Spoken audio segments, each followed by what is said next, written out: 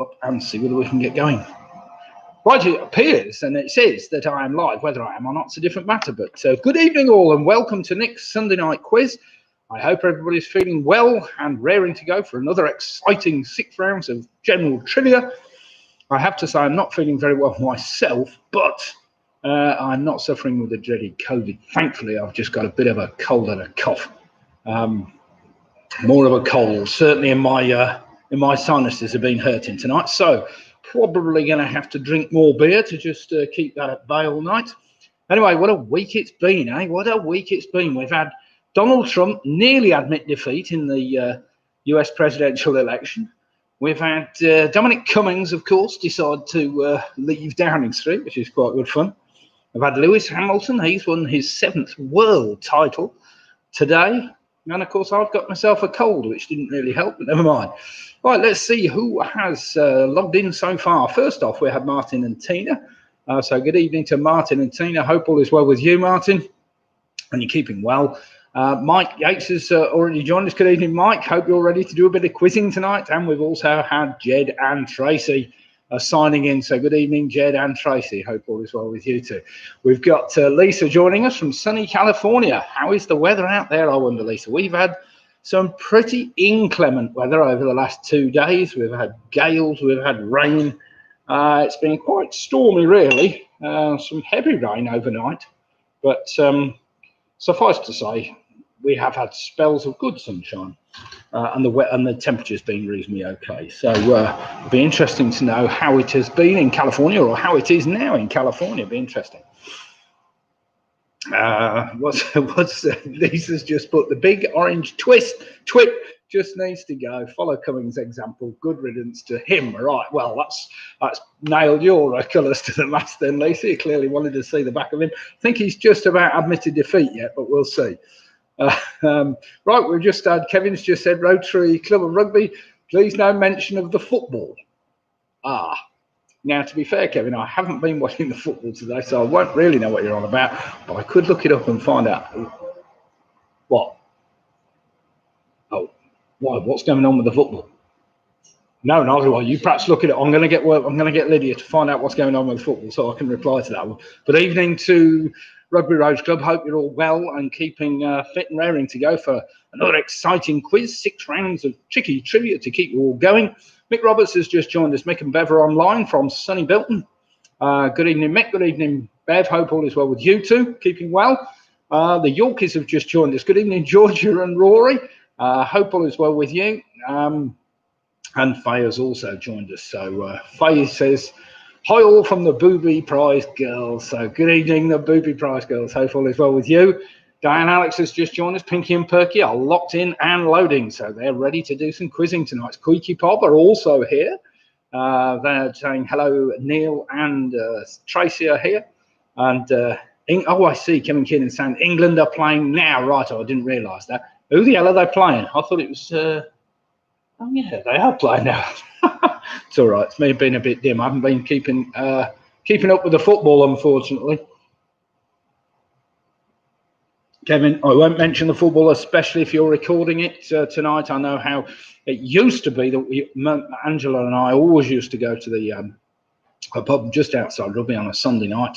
We did it for years, and we used to enjoy going out there, except when somebody at the bar always told me the result of the Grand Prix, which was always shown late at night on our return, which I used to enjoy. But, of course, there's nothing worse than knowing the result, is there? But anyway, what the hell. Right, we've got Carol's just joined us. So good evening, Carol. Home Alone 6 are all in and raring to go. And Great White's joined us from Toronto and Chepstow back again. Lovely to see you, Great White. Hope all is well with you. Let me know what the weather's like in Toronto. It must be getting to that time of year where you're getting a bit of snow arriving, aren't you? I don't know. You'll have to let me know and we'll see. Right then, I'm just going to run through last week's scores, and it is a big list, I have to say. We had some cracking scores last week, really, in the quiz. Top score last week, 58. First equal for Paula Lewis, and split the difference. 2 great teams. They'll be doing battle again tonight, I'm sure. In second place on 57 points. Sorry. Got to blow my nose, was PRS. They were in third place on 57 points. In fourth equal place, we had Clive and Janet from Stockton. We had Ian and his bottle of Shiraz, and we had Squeaky Pob all on a fantastic 55 points, so well played them. Then in 7th equal place, it seems a long way down, but it's not. They were only a few points behind on 54. We had Graham and Jane Gifford on 54 points, along with Anthony Ridgway. Not just Anthony Ridgway, but that's as the team name came up. So it was Anthony, Paul and Trish, I'm sure. In 9th equal place, we had Don Quixote and Michelle and Charlie on a fantastic 53 points, so well played them. And then we had the Rugby Roach Club on 52.5.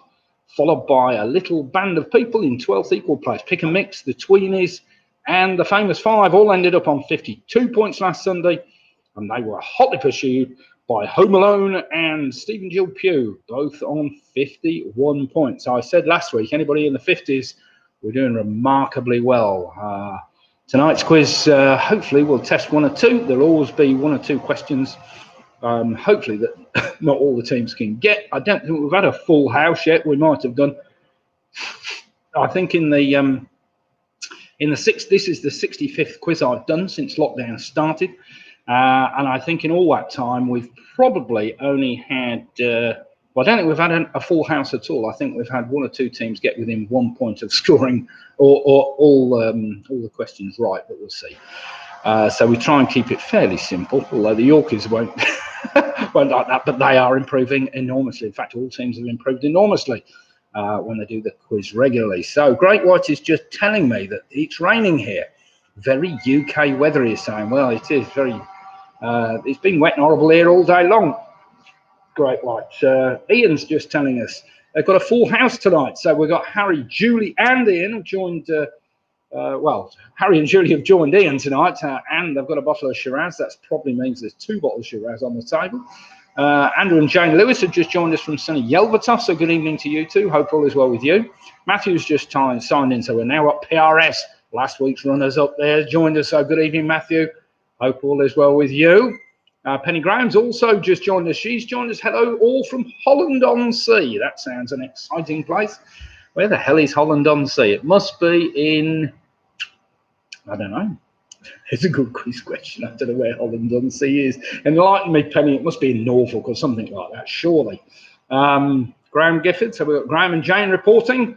So good evening, Graham. And George Priestley's just joined us. Good evening, George. Hope all is well with you. Let me give you the big... he always waves at me, so I might as well... The Yorkies might get a full house. Pigs might also fly. You wait and see. You might well do, Georgie. It's coming on nicely. Anthony's just joined us. Anthony Strong. Hello, Nick. First time joining us from Cheltenham. Oh, sunny Cheltenham. How's it going on there? Happy birthday to Tony and Alnwick. So happy birthday, Tony. I hope you're... are you joining Anthony tonight? Are you doing the quiz together? We'll have to see. But great to see a new team from Cheltenham. So you just follow... You basically fill in your own answers. I'll tell you how we do it as we go along. We're starting in approximately 7 minutes. It's just 8 minutes past 8. We'll start the quiz at 8:15. We've just got the Ridgways joining us. So, Anthony, I was mentioning earlier, I mentioned your name. But great to see you joining us again. So I hope you're all keeping well. Matthew's asked me how the power generation is again. Dismal is the word, Matthew. Dismal. It's been dismal for the last week or two, but never mind. Not enough sun about. Jill and Steve have just joined us. Also mentioned in the winners list last week on 51 points. A fantastic performance. And they are the Tofties, which is a small village just outside Cambridge. So it's great to see 2 teams from Cambridge. Paula Lewis has just saying the Quizzy Rascals have signed in. Now you're in trouble. Last week's joint winners, the Quizzy Rascal. Good evening, Paula. Hope all is well with you. Oh, Penny Graham saying North East Essex. Now there's an interesting one. I used to live in Essex. I lived in Tiptree and I lived in Wickford for at least a year in both. I've never even heard. What was it? Holland-on-Sea. Right. Well, presumably it must be on the sea. Must be on the coast, Essex coast. Right. Okay. Kind of know the area, Penny. I should have known that one, shouldn't I? Dear, dear, dear. My brain is definitely slipping, but never mind. Chris has just joined this evening. Chris, hope all is well with you. Evening, Nick. Evening, all. What's the topic for the puns tonight? Well, that's a good question. We could have Dominic Cummings puns, something to do with... we could have Lewis Hamilton puns. There's all sorts of things. Any jokes you fancy coming up with? and we'll see whether we can get. You might like to answer one or two questions, and we'll see whether we can make some jokes about something or other. Right, so there we go, Chris, and just whack it down in the... Now, in the interim, I must tell you about the quiz that I am doing on the 6th of December. It's the only, well, I say it's the only, it's the first charity quiz I've actually done of the year. We're now 65. It'll be about 70 quizzes until we get there. Basically, I'm doing a charity quiz on the 6th of December. It will be a Sunday night, exactly the same time, same place, same rounds, just about, with different questions. That's the answer. But basically, the quiz is in aid and in the memory of my sister-in-law, Helen, who sadly passed away last year at the age of 56. She was looked after by the hospice in Coventry, and we're going to raise some money, I hope, for the Mighton Hospices. Basically, the Mighton Hospices in Rugby area of 3 hospices, and they have to raise in excess of approximately £9.2 million every year, most of which, of course, is all done by fundraising. And, of course, this last year, it's been absolutely awful. I haven't been able to raise any funds, really. So, of course, they are running on a shoestring, so to speak. So the quiz, if you look on tonight's quiz, you will find just below the screen, on your screens where the chat is, where it says Nick's blah, blah, blah, there is a link to the Just Giving page. I'm asking teams to join up and sign up for the quiz, basically by making a small donation. I'd said £2 per person or £10 a team if you want to join as a team. Those donations will all go to the Mighton Hospice.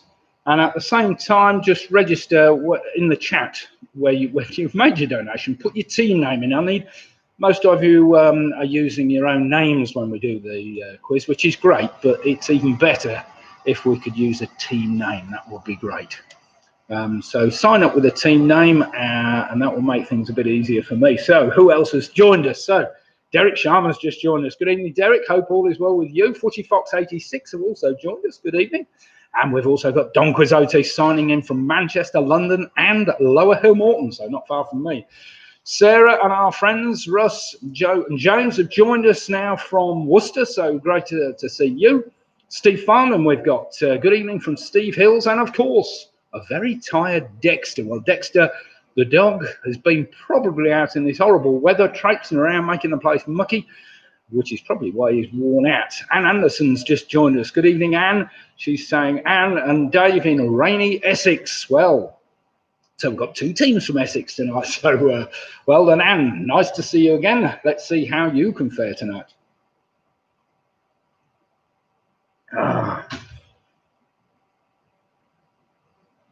All right. 2 of our members that have been doing the quiz quite regularly right up until a few months ago, from Blackpool, our friends from Blackpool, it appears they have both been in hospital with the dreaded COVID, but thankfully they've both made a recovery and have been released now from hospital and back home, and they've had plenty of congratulations from people to say good recovery and all that. Oh, they've had COVID. Yeah, all right. Well, whatever it is, if they are watching or if they whatever, I hope a swift recovery to you both at home. And sure, we'll see how you get on. Right then, Clive and Janet have joined us from Stockton. Good evening, Clive, Janet. And is it? What's this? Ian saying, is it Prime Minister Cummings? Well, we'll have to see. It could be. You never know. Michelle's just joined us. Hello, everyone from Crick. Charlie and James have now joined us. And Nick Bowers has also joined us. Good evening from the Bedford Clangers. Nick and Rita, well, you wanted team names. That's a good one, that is. The Bedford Clangers. I like the sound of that. That sounds great. So it's been a week of comings and goings. At number 10, there's a good one. Oh, I like that. Now the jokes have started. Comings and goings at number 10. Nick Bowers, hello, Jim. Hello, Jim, said Graham.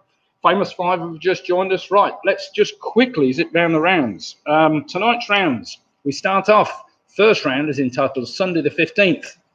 You take the letters of the word, or the first letters of the word Sunday, the first 2 numbers, 1 and 5, and the 2 letters TH. Sunday the 15th, that will give you 10 answers starting with those numbers or letters. Round number 2 is a trivia trail where we take the last letter of your first answer as the first letter of your next answer. Round number 3 is a mystery letter round. All answers start with the same letter. The mystery is I don't tell you what the letter is, so you have to work it out. Round number 4 is a very straightforward, tricky food and drink round. You all like a truly tricky food and drink round. Round number 5, all the answers have the word or the letters A-N-G in that order, as in Ange, A-N-G in that order, somewhere buried in the answer. And of course, round number 6 is going to be a general trivia round. What's this? Cummings has become CEO of Specsavers, says Harry. I heard something like that. I don't know where that's come from, but never mind. Right then, with 78 teams logged in tonight, that's a good going. Do remember, if you enjoy the quiz as we go along, to give me a thumbs up with a little thumbs up button. The more likes I get, the better. I think we approached 20 last week, which is nearly a record, but never mind. Of course, if you don't like the quiz, just give me the thumbs down. I'm quite happy with that as well. And do remember to go to the bottom of the page between the rounds and register your interest in the Capita quiz, which will be on the 6th of December. Right, Dean's joined us. Good evening, Dean. Right then, it's about time. We are running a minute late, actually, so let me just get the quiz up and get us going. Sorry. I was overlooking the time, been enjoying myself far too much there. Right, here we go then, Sunday the 15th. So, question 1, what's this? Not new manager of the Barnard Castle Tourist Office. But he could be. Oh dear. That's a good job for him at best. Clive Shaw, good evening, Nick, Lydia, and Derek and Anne. Right. Let me just blow my nose and then we'll get going. Right then, question 1, starting with the letter S. Remember, letter S. How well do you know your artists? Have I got to say anything, or have you got the question or the answer already? Here we go then. Question number 1. What is the surname of the 18th century artist who painted Whistle Jacket, a life-size portrait of the Duke of Rockingham's racehorse, which now hangs in the National Gallery? I just need his surname. A very popular horsey artist. So question number 1, what is the surname of the 18th century artist who painted Whistle Jacket, a life-size portrait of the Duke of Rockingham's racehorse, which now hangs in the National Gallery? And if the Yorkies thought that was too tricky, that's probably the hardest of the round, so you're all right. Question number 2, listen carefully. Historically in Lancashire and just northwest of Morecambe Bay, what is a market town in the South Lakeland district of Cumbria? Starting with the letter U, remember that one. Historically in Lancashire and just northwest of Morecambe Bay, what is a market town in the South Lakeland district of Cumbria? Right, have we got any more jokes about Dominic Cummings or other aides?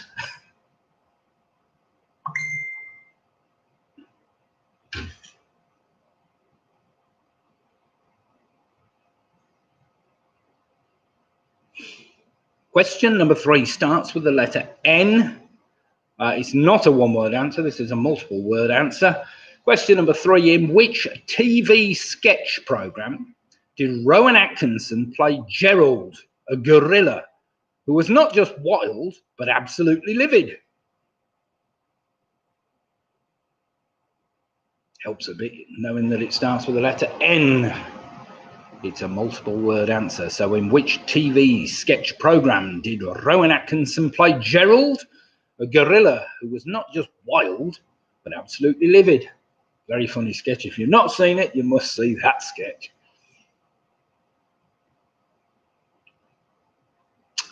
And that starts with the letter N. How's your bottle of Shiraz going then, Ian? Are you started that nicely, shared it out a bit? Tonight, I'm testing out Hook Norton's IPA in a bottle. Sounds quite good.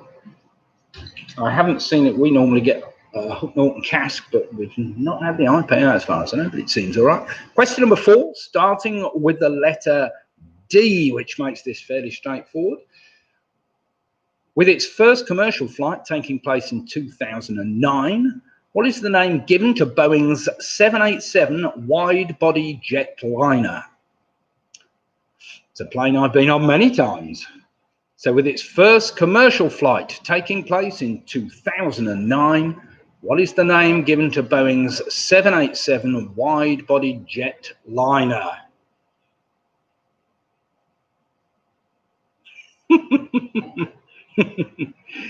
Now, well, he had 2 bottles last week, Anthony. He must have shares. I think it's Aldi Shiraz, and I think yeah, you're right. He probably has shares in Aldi. He just stocks up with a few bottles. To be fair, a friend of mine went down to get me some plum porter last week from Titanic Plum Porter, which is an excellent porter. And he got us 8 bottles, and then his brother bought us another 8 bottles today. So we're well stocked up with plum porter, just in case anybody wants to know where it's all gone.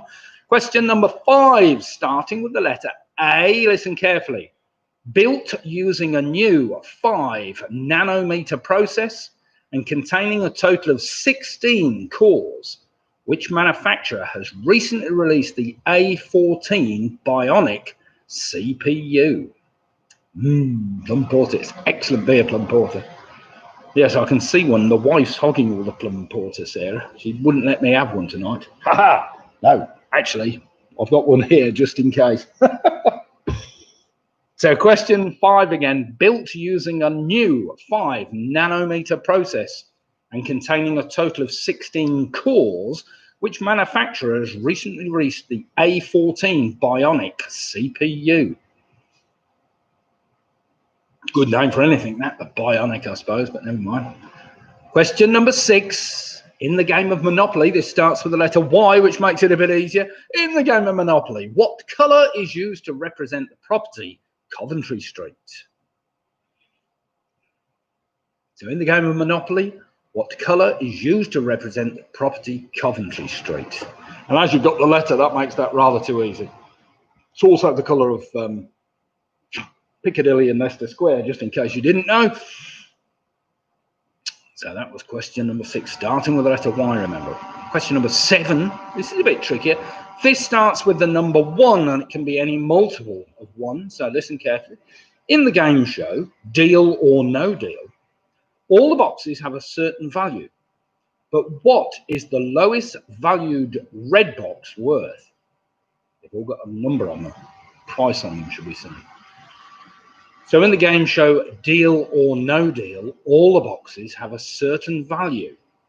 But what is the lowest valued red box worth? Nice one, Stuart. Yeah, well, I'm going to throw the odd easy one, haven't I? Clearly. Blimey.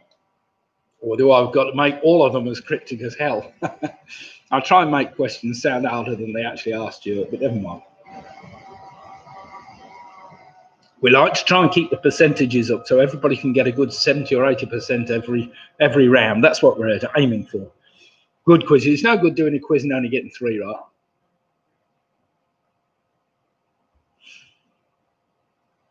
Question number 8. Question number 8 starts with the number 5, remember? In the world of bingo nicknames, what number is associated with the call stuck in the tree? It's not a common call, I have to say, but I suppose it comes up as often as all the others, as it would do, really, wouldn't it? So in the world of bingo nicknames, what number is associated with the call stuck in the tree? Remember, it's got to start with the number 5, so that's not too tricky, is it?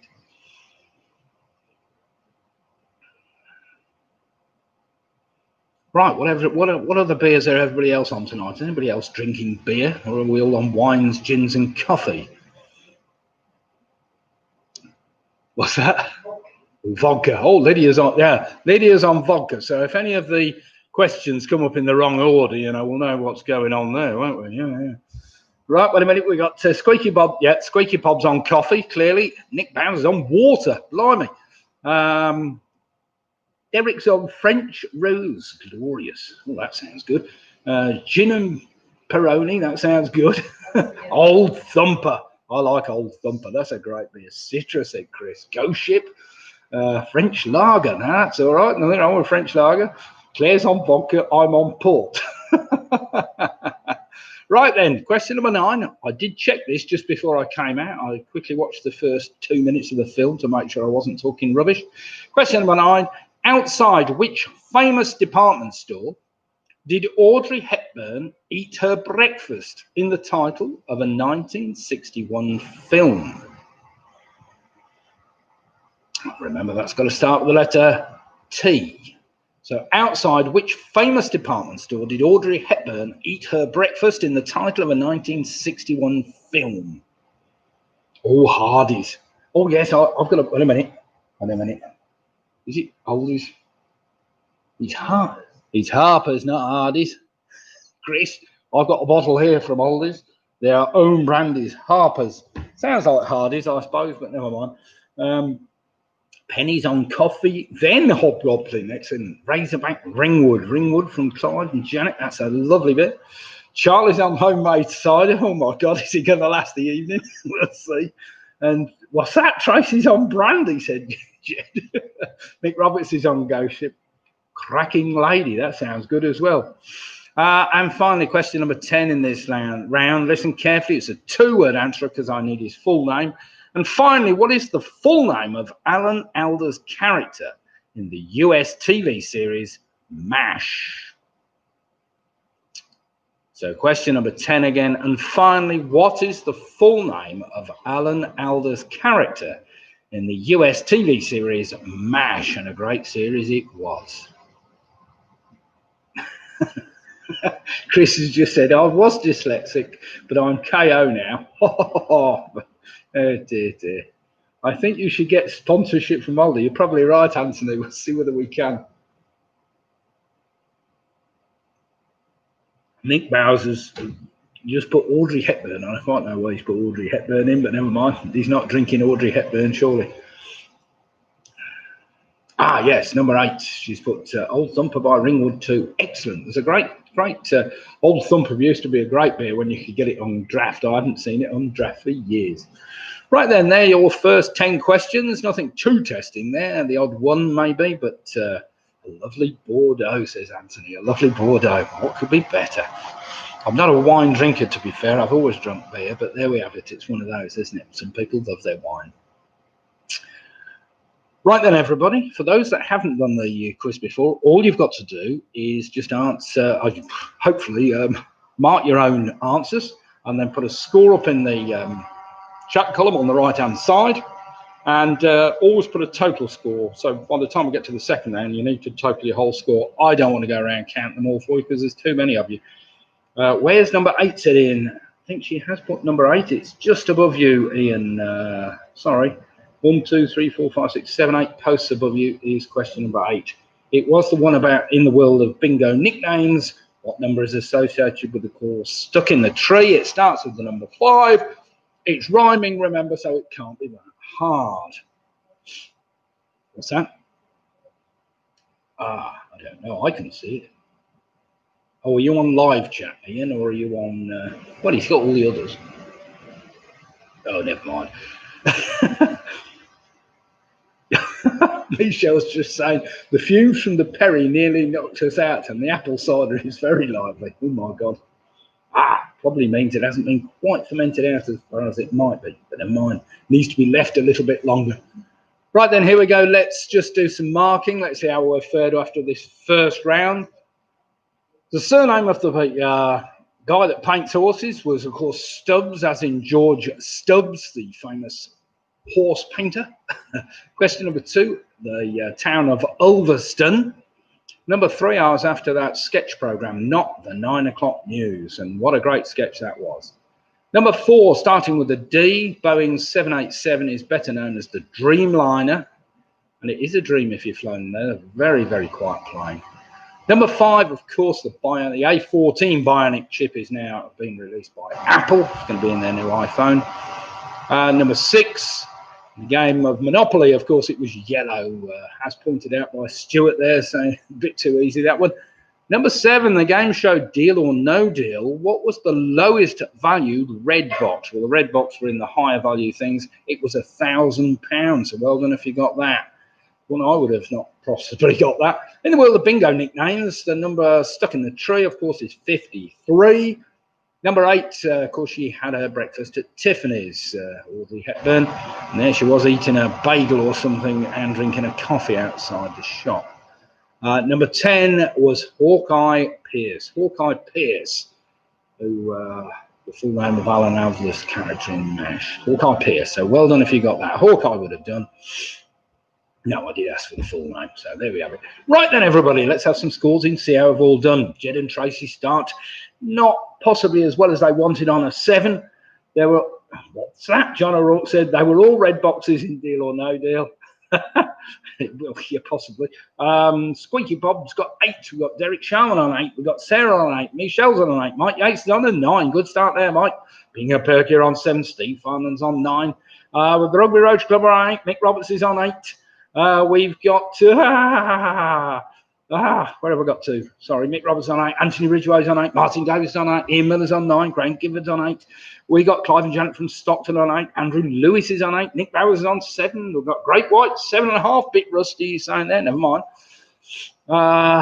Chris is saying his full name is Benjamin Franklin Pierce. All right. Yes, perhaps it is, but give yourself a point if you put that down. Georgia Lambert 5 for the Orchies. Penny Grant's on 7. Anthony Strong's on 7. Well done them. Harry, Julian, and Ian are on 8. Jill Pugh's on 9. Good score there. Anne Anderson's on 8. We've got Carol Jackson, Home Alone 6 on 8.5. Faze, what's that? Whatever.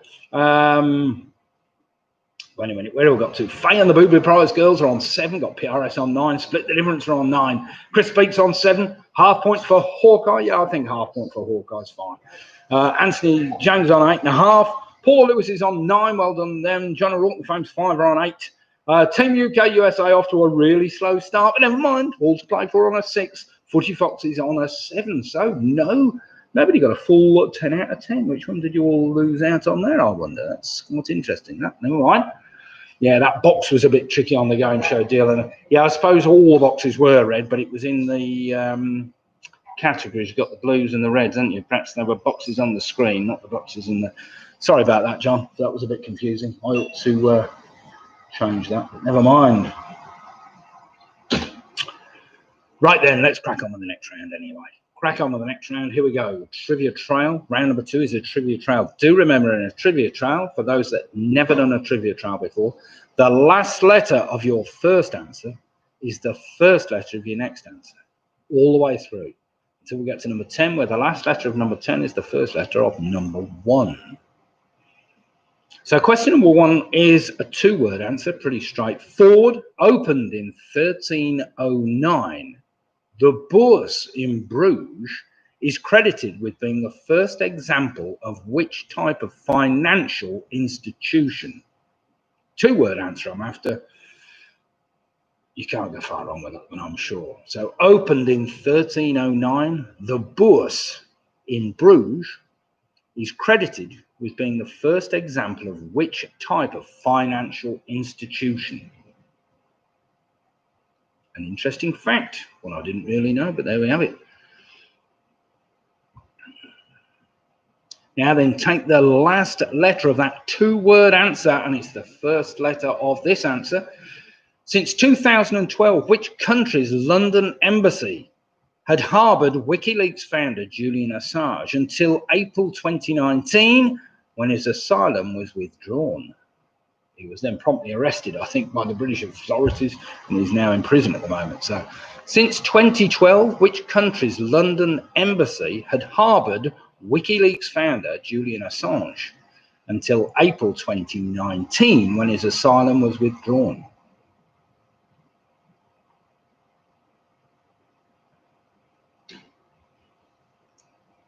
That is a 1-word answer, you'll be surprised to know. Question number 3, 2-word answer.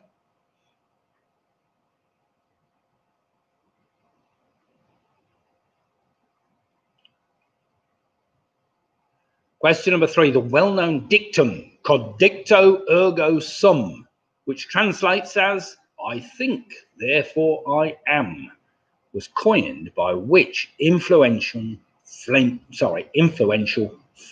philosopher? 2-word answer.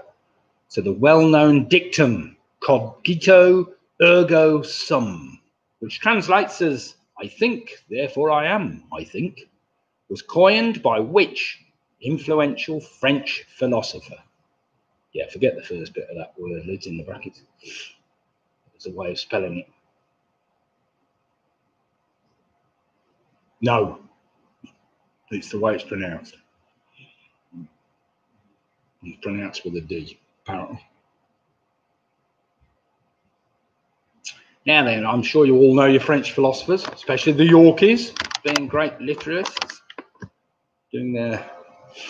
Right, take the last letter of that French philosopher, and it's the first letter in this one. This is one we should all get. The earliest known usage of which word dates to 2002 and is described as a photograph that one has taken of oneself and typically shared via social media. Yeah, number 3 is a 2-word answer, Jane, a 2-word answer. He was a well-known French philosopher.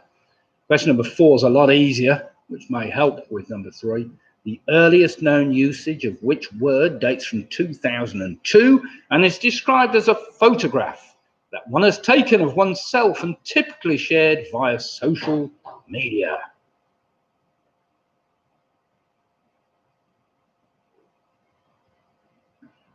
A stupid word by any standards, but never mind, it's now in the OED, so what the hell. Now then, take the last letter of that one-word answer, and it's the first letter of this one, which makes this quite a lot easier.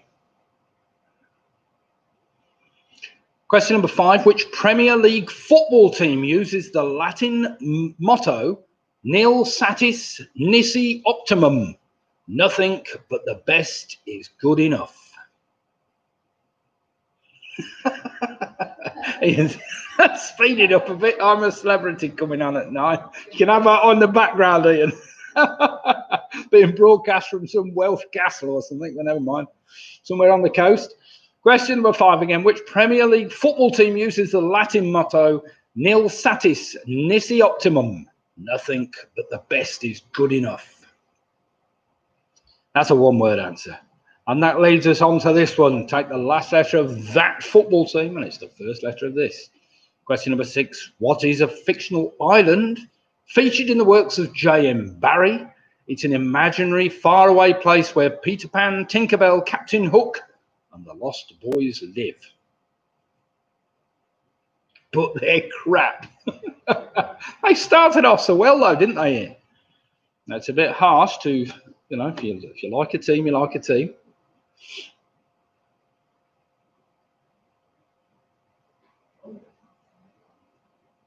Oh my God, news has just come over. Boris is self-isolating again. Dear God, is that to get out the limelight yet again? Second, only goes to show it can come back, doesn't it? Never mind, that's hot off the press apparently. Question number 7. Question number 7 ends with the name of that island, the last letter of that island. Here we go, number 7. Actresses Judi Dench, Helen Mirren, and Maggie Smith all hold which title? And I need the plural of that, would help. Me too, my team Burnley. Men. But they're crap, we're crap. We are crap, Roy. So question 7 again. Remember, I want the plural for this.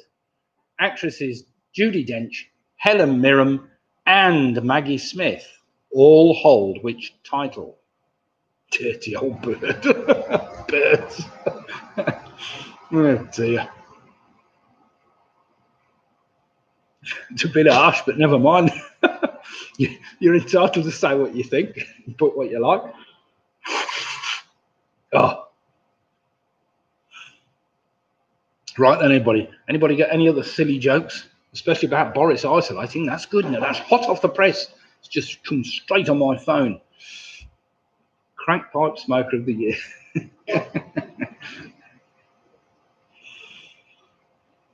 Right then, here we go. Question number 8. Listen carefully. This is an interesting one I learnt the other day after watching the television.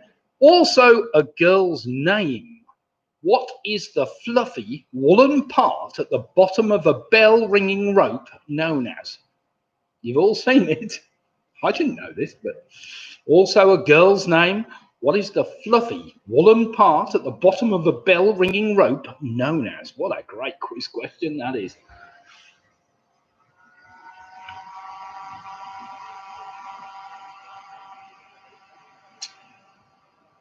Normally they're multiple colours as well, white, red and blue for some reason.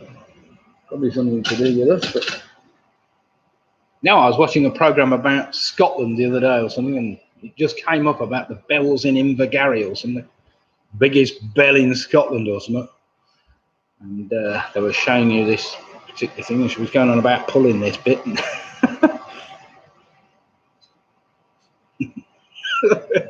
Glad you said girl's name, was thinking end. Oh dear, Ian. We don't want any smut here. Bell end indeed. Yes, here we go. Right. Question number 9. Listen carefully. This is one definitely for John O'Rourke. There we go, John. Citrine is a variety of quartz. Its name comes from the old French words for a common fruit. But what is the predominant colour of citrine crystals?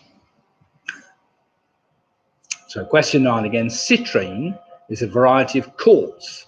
Its name comes from the old French words for a common fruit. But what is the predominant colour of citrine crystals?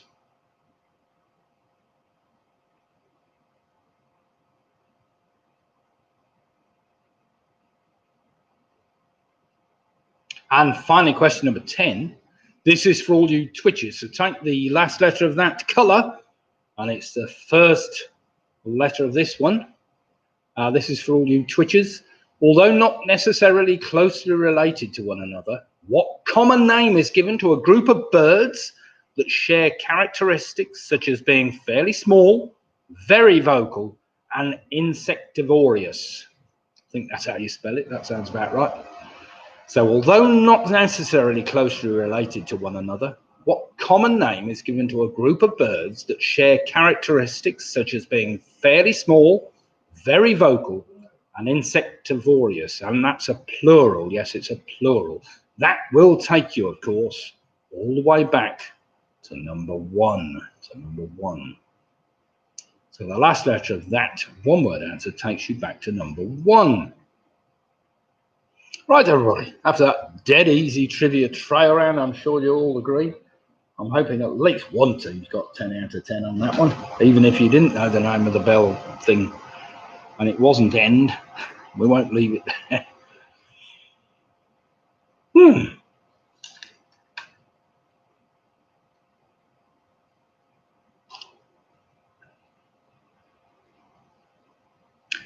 Right then, everybody. Let's see how we're all faring.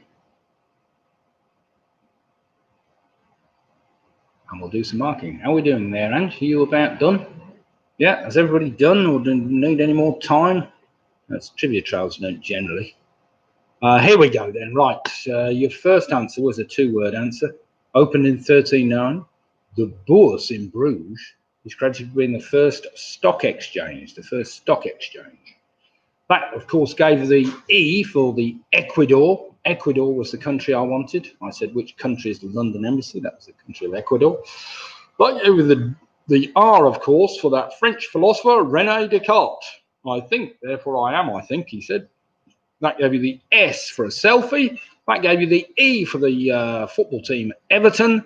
That gave you an N for Neverland, of course, where fictional island, where the Peter Pan, Tinkerbell, Captain Hook and the Lost Boys lived. That gave you the D. They were all dames. Judi Dench, Helen Mirren and Maggie Smith are all dames of the British Empire. That gave you the S for a Sally, apparently. That woolly part at the bottom of a bell ringing rope is known as a Sally. Yeah, I didn't know that one, but never mind. I'm sure most of you did. That gave you the Y, of course, for yellow, citrine, coming from the French for yellow. And that gave you the W for warblers. Warblers, those small, very vocal birds. So well done if you got that. Of course, the warblers, the S, took you all the way back to number 1, the stock exchange. So, yes, a little bit tricky trivia trial, but nothing too challenging for our marvellously gifted quiz team. So let's have some scores in. We have got Ian, Julie and Harry and his bottle of Shiraz. I've only put 1 bottle of Shiraz so far. Are you sure you're not been through 2 yet, Ian? on 18 points. Squeaky Bobber on 17. Derek Sharman's on 16. Could be Bellend. Yes, it could have been. Mike Michelle is on 18. We've got Steve Farden, Dexter and Hills on 18.5. Sarah and our friends from Worcester on 18 points. We've got Carol Jackson, Home Loan 6 are on 18.5. Got Pinky and Perky on 14. Just gone off the page again for me, which doesn't really help. Thanks 5 are on 18. Well played them. Split the Difference are on 19. Well played them. Ian Miller's on 16. We've got Don Quixote on 18.5. Andrew Lewis is on 18. Anne Anderson on 18. We've got 16 for Les Boobies. I like that. 15 for the Yorkies. 10 on that round. Well done, Georgia and Rory. Excellent. Great White's on 16.5. Graham Griffiths on 16. We've got Mike Yates on 199. Well done, Mike. Jed and Tracy are on 17 points. We've got Nick Bowers on 16. We've got Clive and Janet from Stockton on 18. Penny Graham's moved on to 16. Well played. We've got the Rugby Rotary Club slowly moving up now on 17 points. PRS on 19 points. Well played them. Mick Roberts on 17 points. Well played him. And Chris Speak on 18. Mike Yates, yes, sorry, 19. He's saying, well played, Mike. Team US UK making a comeback on 16. Footy Books, 86 are on 15. Mike Yates is on 18. Paula Lewis is on 19. Jill and Steve Pugh are on 18. Derek Sharman says, we are on the second bottle. Excellent. That's what I like to see. Dad is contesting the Wolvers could easily be equal Wrens. Well, possibly, I suppose. They're not really a group of birds, are they, I suppose? Anthony and Paul, you put down what you like, but wasn't the right answer, but I suppose leave it to you. Be it on your head. I wouldn't like to think you're stealing a point off yourselves. Wrens are small. They are very vocal and they do eat insects. That's very true.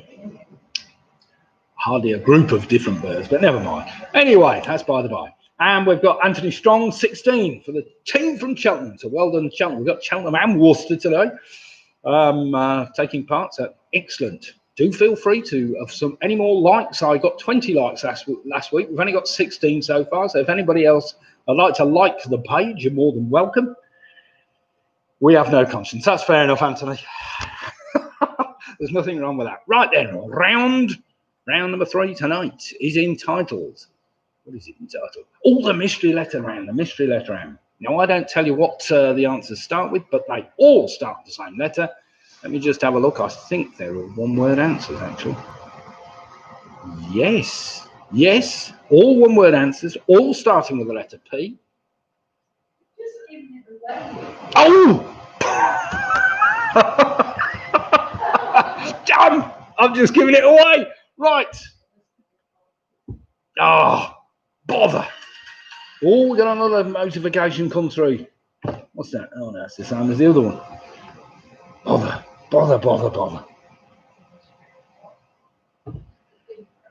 All right, okay. This mystery letter round seems to be the P round, okay? P. Sorry about that. I gave that one away, didn't I? Never mind, never mind. You would have got it anyway. It's just a matter of time. So it'll, is your name Bob?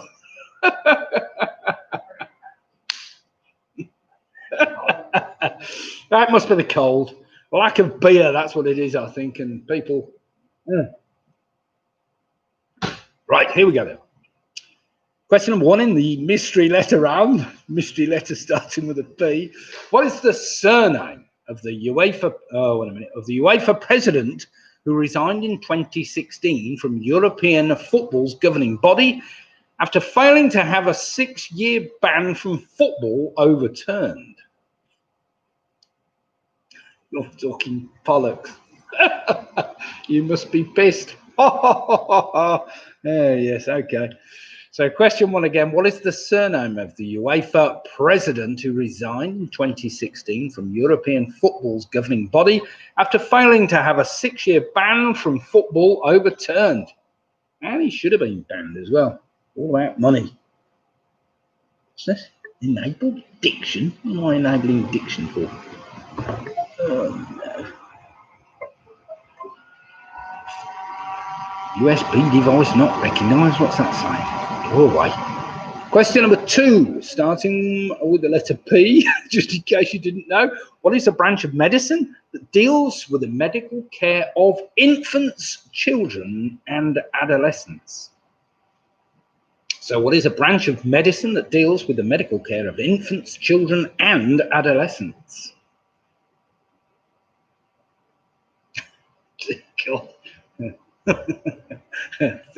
Question number 3. I'd rather given it away here, but never mind. Question number 3. What is the name of the deep blue coloured line on the London Underground map? So what is the name of the deep blue coloured line on the London Underground map? I see Ian says can't spell that. I don't think I could have spelled that either. I'll have a P, please, Bob.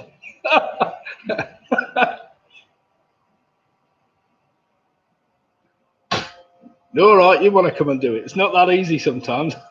Even Bradley Walsh makes mistakes sometimes, and he's professional, you know. Apparently.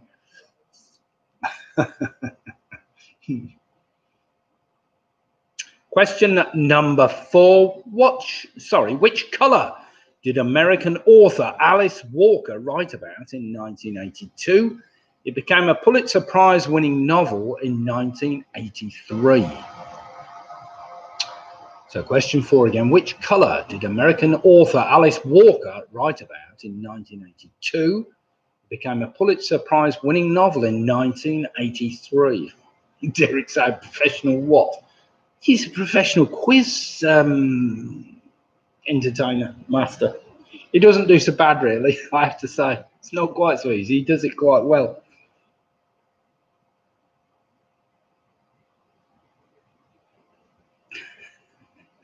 Oh dear. Question number 5.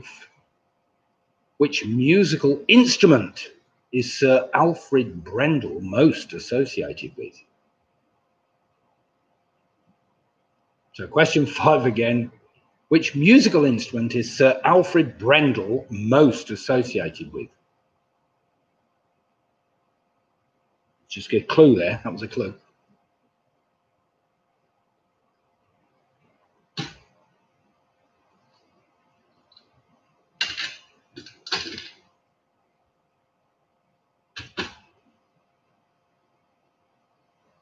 Question number 6, pretty straightforward. Known as solitaire in the USA and Canada, what is a type of card game that can be played by a single player in the United Kingdom?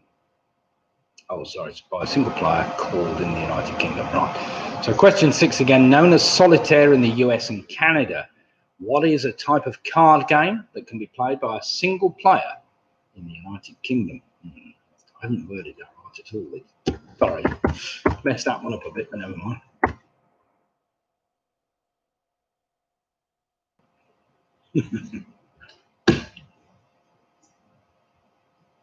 What's that?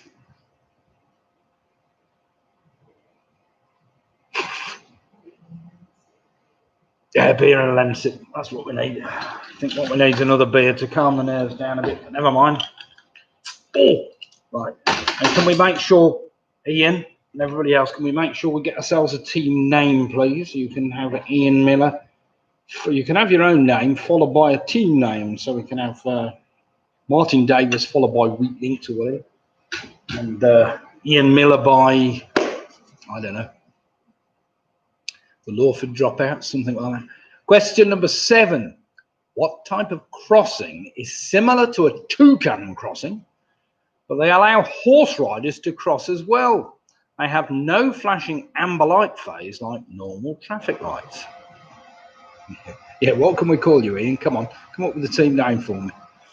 Something short and snappy. So question 7 again, what type of crossing is similar to a toucan crossing? They allow horse riders to cross as well. They have no flashing amber light phase like normal traffic lights.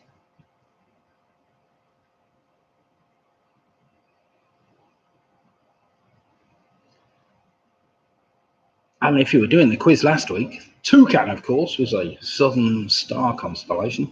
This one is also a star constellation. Well, Similar name too.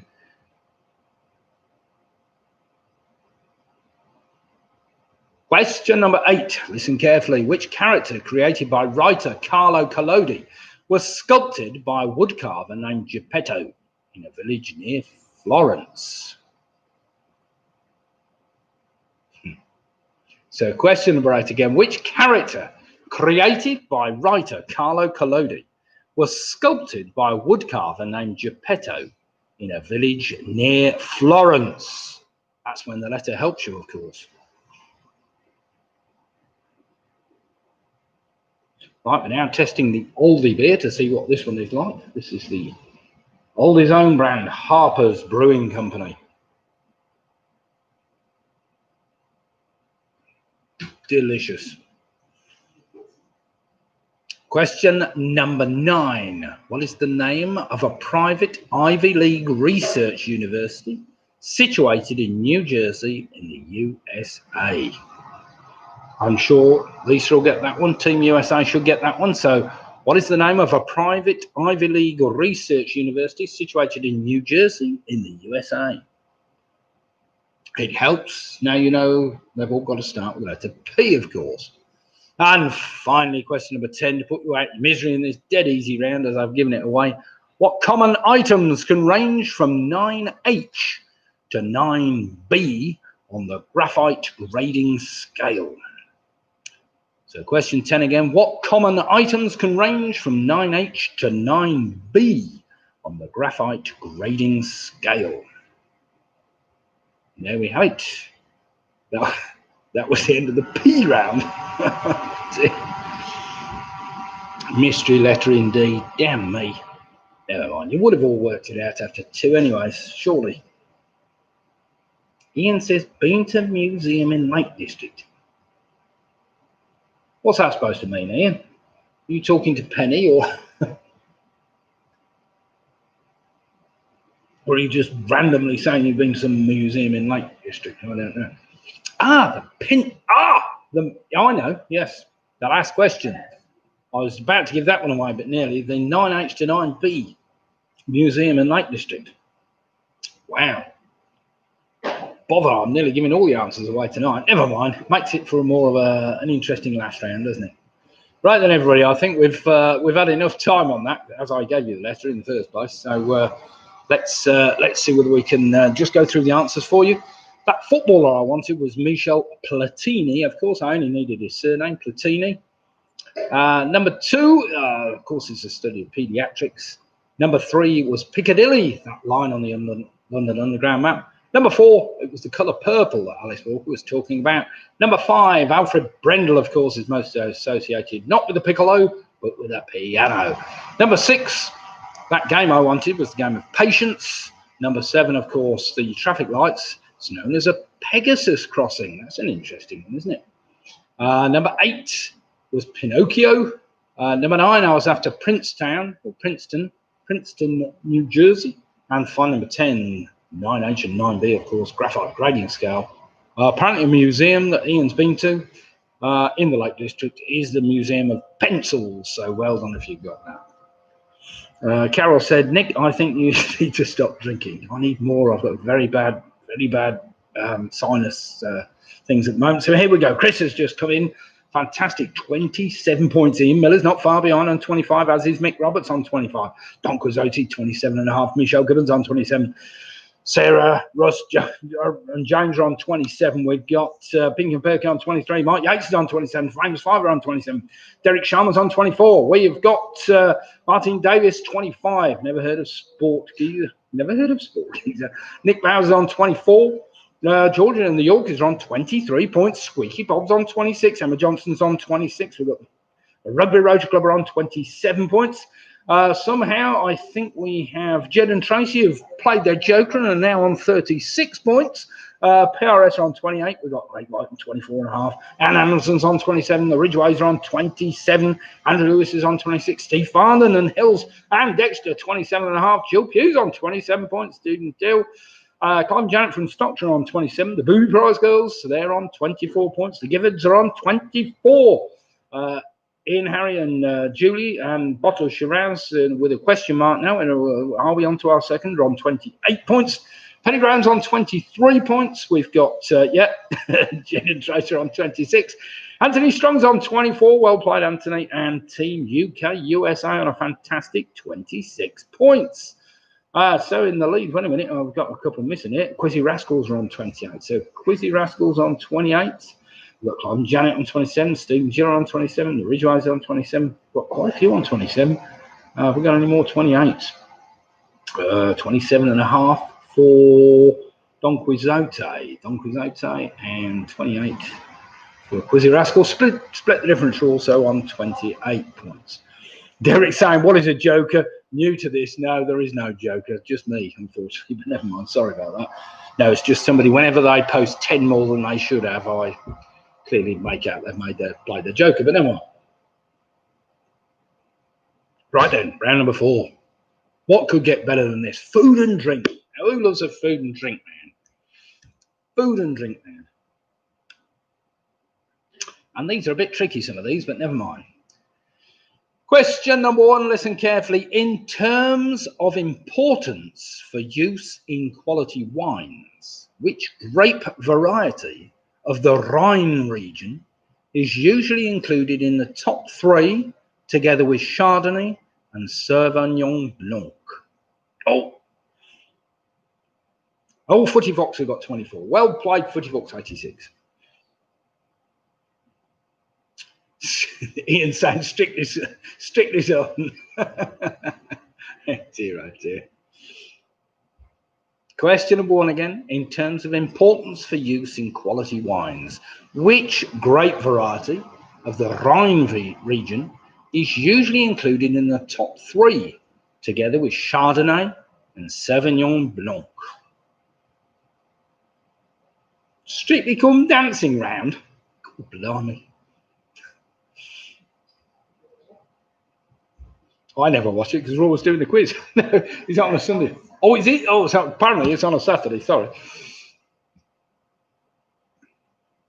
Question number 3. Sorry, question number 2. Dead easy one, this. Name the traditional Scottish dish that comprises sheep's stomach, filled with offal, onion, oatmeal, suet, spices, and salt, amongst other things, of course. So question number 2, name the traditional Scottish dish that comprises sheep's stomach filled with offal, onion, oatmeal, suet, spices and salt. That's amongst other things. God knows what else goes into them, but...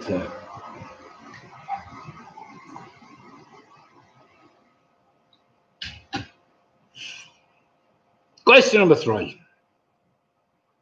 Dead easy one. Selling nearly 3 million per day, which country consumes per capita the most donuts per year? Now, one of the teams should get this. So, question number 3. Selling nearly 3 million per day, which country consumes per capita the most donuts per year?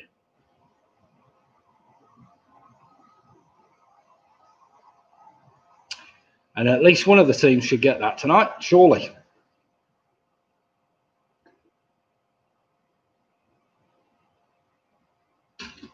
I have to say, I can't remember the last time I actually had one, but never mind, a long time ago.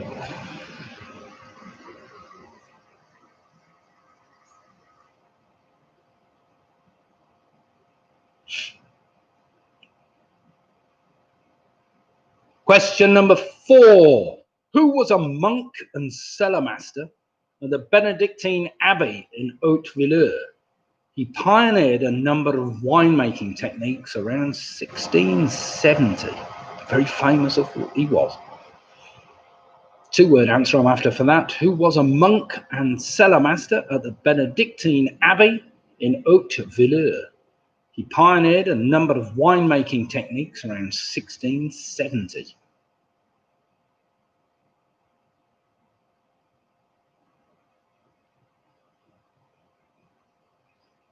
Come on, Chris Speaker, we got any good jokes then? What can we have a good joke about tonight? Got to be a few more jokes we can come up with, everybody, surely. Right then, question number 5. What French name is given to a hot sandwich made with ham and cheese?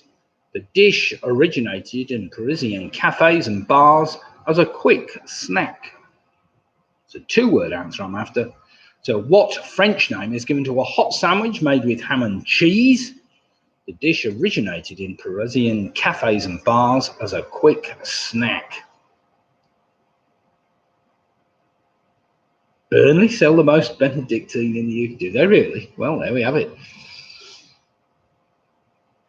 I'm not sure if they're selling an awful lot at the moment, are they, in Burnley? I don't know. Well, it was on lockdown or super lockdown in Burnley.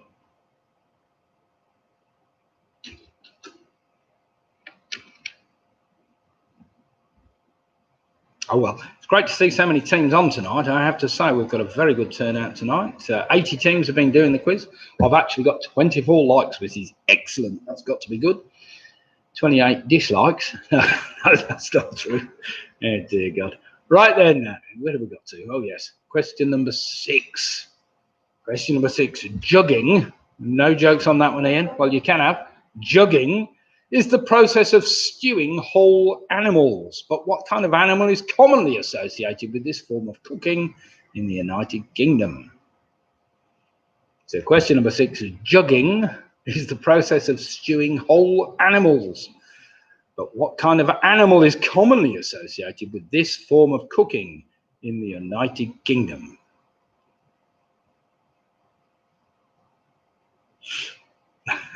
Dean saying, but very few. Yeah, Burnley might be good at Benedictine, but very few French sandwiches. You're right. And we'll have I'm sure Chris Peake can come up with a jugging joke, but we'll see. Or Ian.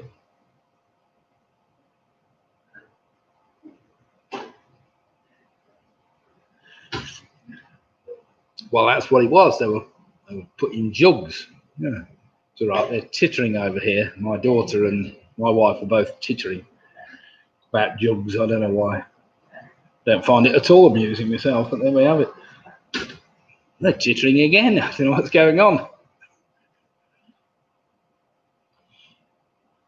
Question number 8. Listen carefully. Oh, no. Sorry. Question number 7. As of 2019, this is bang up to date with the exception of obviously this year.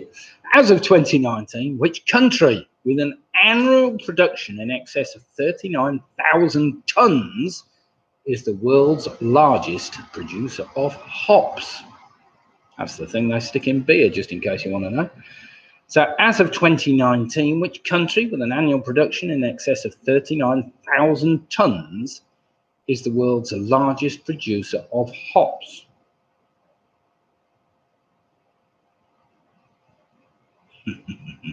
Titter about jugs. Ooh, Mrs. Titter ye not. Nice one, Chris. Oh dear.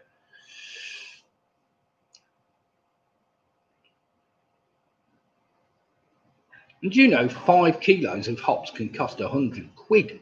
£100 for 5 kilos of the damn thing. You're looking at 39,000 tons. That's worth a bob or two, isn't it? Somebody can do the maths on that if you can work it out. 100 times 100 to 5. 5 into 1,000. How many 5s are there in 1,000? 200. That's 200 times 100. 100.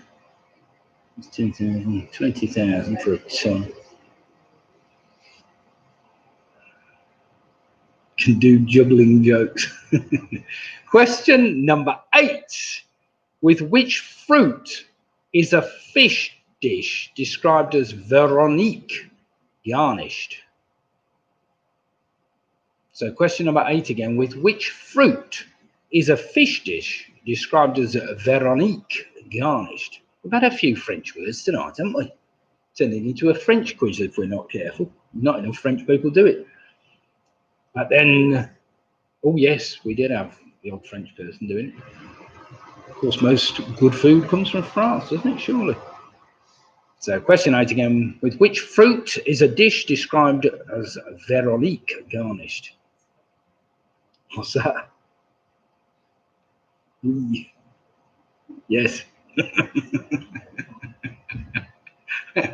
Yeah. Oh dear. Perhaps she's... Oh dear. Question number 9. Listen carefully. There's a few uses of this. There's a little bit of lateral marking on question number 9. Dating from the 15th century, what would you normally do with a spurtle? So dating from the 15th century, what would you normally do with a spurtle? No way. Beef stew and dumplings to die for. I love beef stew. And don't know about the dumplings, but I do. Actually, I do like dumplings, but never allowed them in my house, of course. But we often have a beef stew, and it's very, very good, especially with a bit of a Bordeaux in it. Oh, no, that'd make it French, wouldn't it? And finally, question number 10, a typical quiz question, this one. What are the 2 ingredients used to make devils on horseback? Don't get that one wrong. It's an easy one to get wrong, but it's a standard quiz question, this one. What are the 2 ingredients used to make devils on horseback?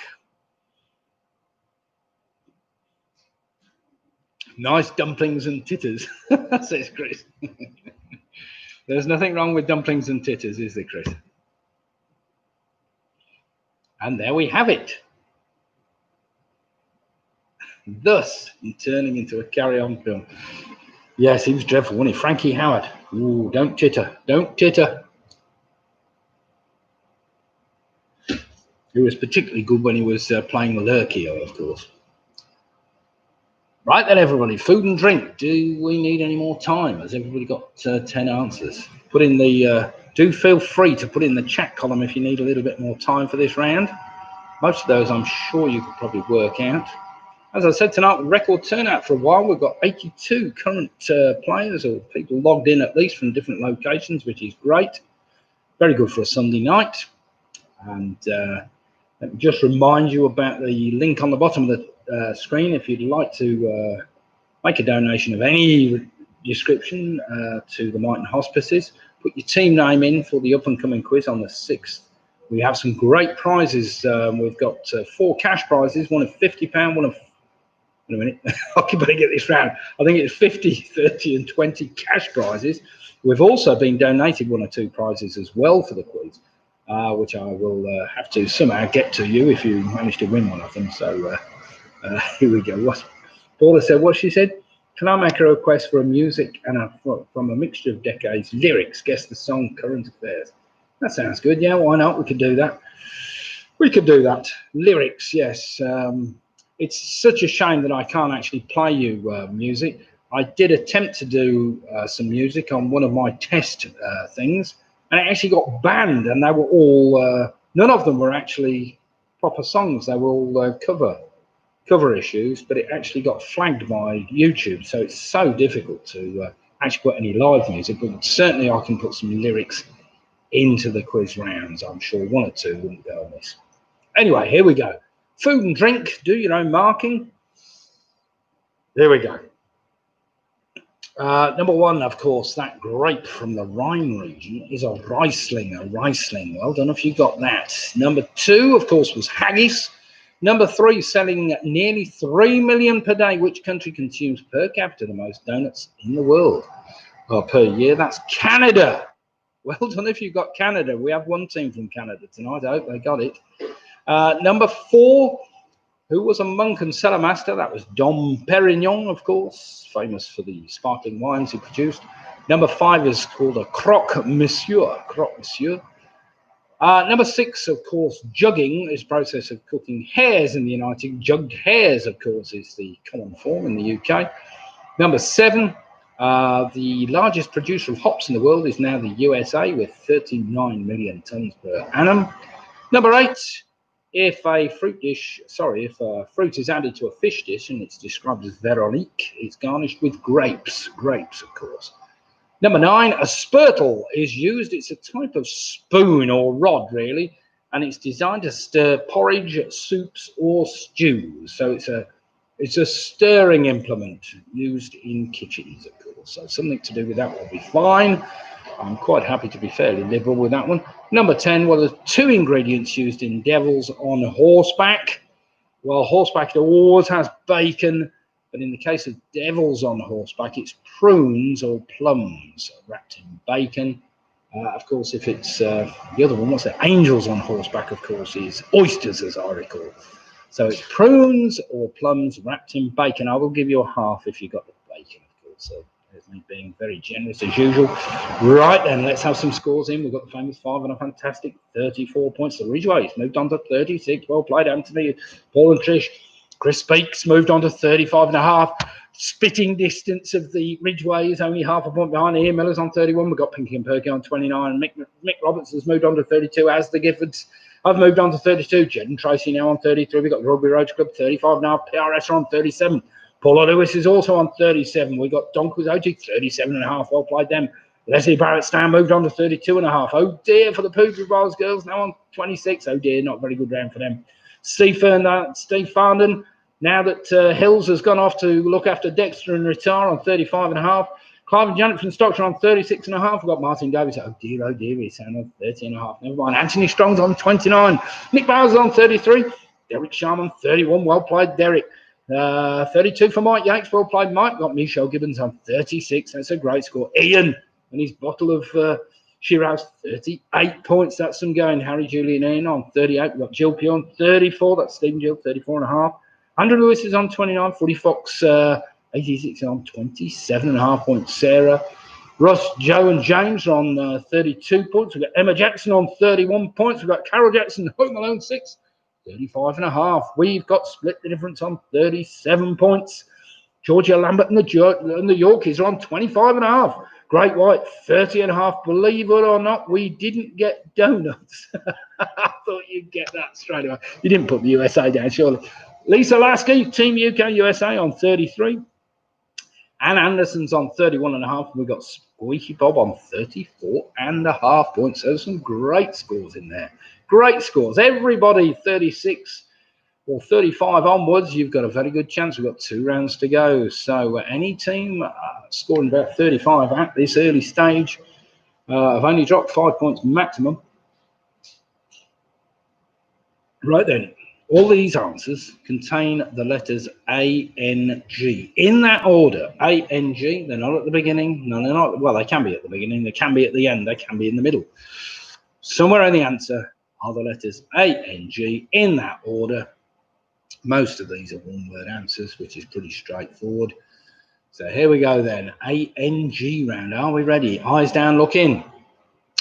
Question number 1. What name is given to the sensation of chest pain, often due to ischemia of the heart muscle from obstruction of the coronary arteries?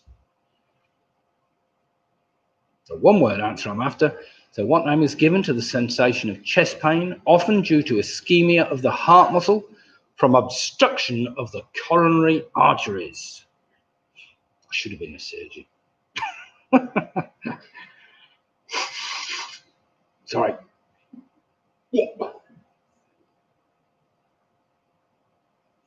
Scientist, yeah. Should have been a scientist. Should have been a surgeon.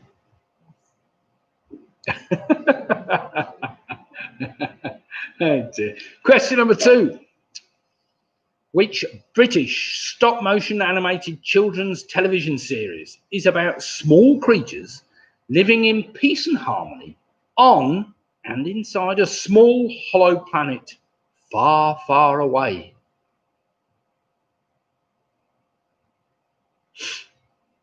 Oh, Carol will get that one straight. Come on, Carol, you'll know that one straight away.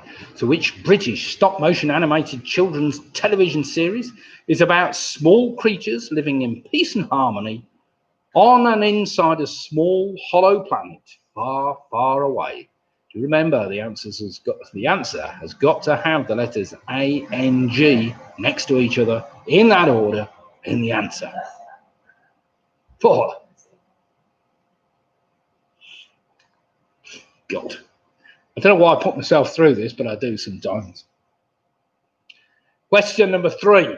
With an estimated population of 10.5 million, how is the city of Krung Thep Mahanakhon, or simply Krung known as in the West? Oh dear. So question number 3 again, with an estimated population of about 10.5 million, how is the city of Krungthep Mahanakhum, or simply Krungthep, known as in the West?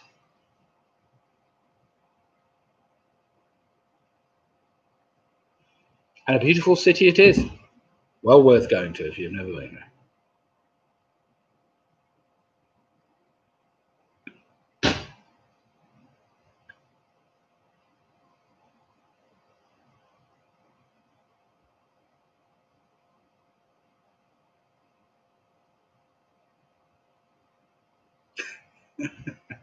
Question number 4 for all you scientists, I'm sure you'll get this one. Named after a Swedish physicist, what unit of length is equal to 1/10 billionth of a meter? Its symbol is also a letter in the Scandinavian alphabet. Just in case you know that, back to front, the Scandinavian alphabet. So named after a Swedish physicist, what unit of length is equal to 1/10 billionth of a meter? Its symbol is also a letter in the Scandinavian alphabet. I expect Ian Wilson to know that one straight away. He knows all small measurements for some reason. Actually, this Harper's ale is going down quite well. I can feel it working on the nose as we speak, warding off the dreaded cold. God, no, how do you get a cold when you wear a face mask all the time, wherever you go? The only thing I can think of is we took the grandkids out on Wednesday, and one of them was wiping snot all over her right cheek, which of course I was wiping away, so I'm blaming my granddaughter for my illness, so to speak. Never mind. Let's hope it's nothing worse. Question number 5, listen carefully. What can be a type of knot, often with 13 coils, or a paper and pencil guessing game for 2 or more players? So question 5 again, what can be a type of knot, often with 13 coils, or a paper and pencil guessing game for 2 or more players?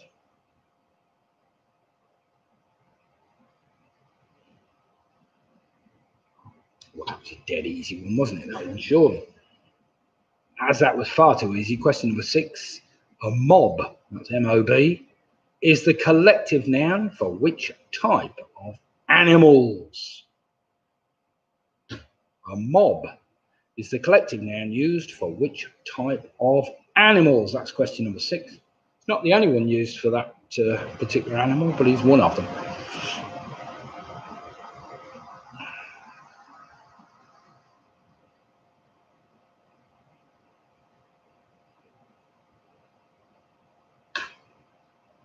Well, how's everybody managing lockdown at the moment then? I hope you're all getting out exercising as you can. Getting out, doing some walking, some cycling, whatever. We went out cycling twice last week, the wife and I. We did 2 20-mile quick trips around Rugby and back to see how far it was, if you know what I mean. Although in Rugby, they're managing to knacker the Ashlawn Road at the moment. They managed to build this new estate, and of course the cycle path is getting covered in mud, making it very slippy, which is not really what you want, but never mind. Right then, question number 7. What acronym is used especially in the United Kingdom? The name is applied to government departments that are given power and paid for. So what acronym is used especially in the United Kingdom? The name is applied to government departments that are given power and paid for.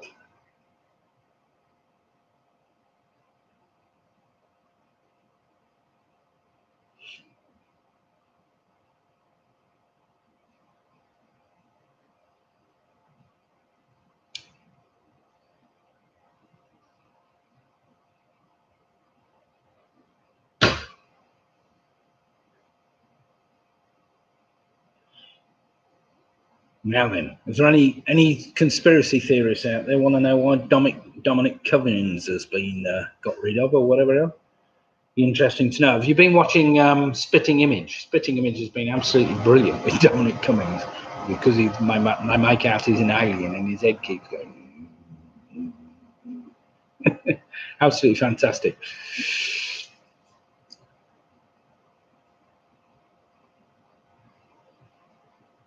Just comings and goings, so it might be. Now, my theory is they've got rid of Cummings because they want to deal with the EU, and I don't think Cummings does. So they got rid of him so that they can put somebody else in a slightly less, should we say, whatever. But we'll see. We'll see what happens. Question number 8. According to the Oxford English Dictionary, which small orange fruit's name was originally an adjective meaning a native of a seaport in Morocco on the Straits of Gibraltar? So question number 8 again. According to the Oxford English Dictionary, which small orange fruit's name was originally an adjective meaning a native of a seaport in Morocco on the Straits of Gibraltar? On the Strait of Gibraltar. How are we all faring? Go on, we've only got one round to go. Question number 9. All these answers, do remember, have got to have the letters A and G in that order, somewhere in the answer. Question number 5. What name is given to a 5-pointed star drawn with 5 straight strokes? It is often associated with diabolism and witchcraft. It's a great word, diabolism. I love that. So question number 9, what name is given to a 5-pointed star drawn with 5 straight strokes? It is often associated with diabolism and witchcraft. What's that?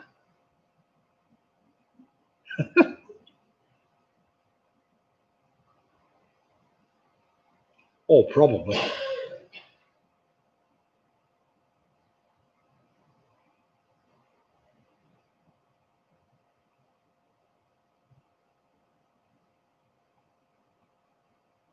And finally, question number 10.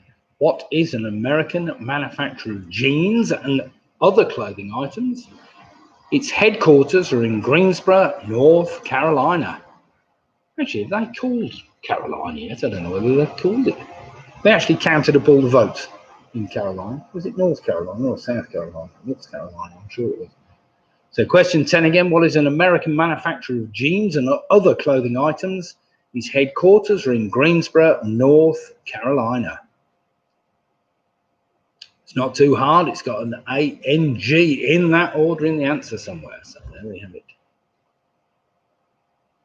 Right, all your answers should contain the letters A-N-G in that order.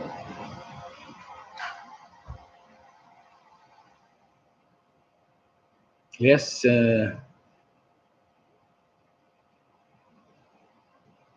you are right. Leslie is quite right. Number 7 should read non-government departments.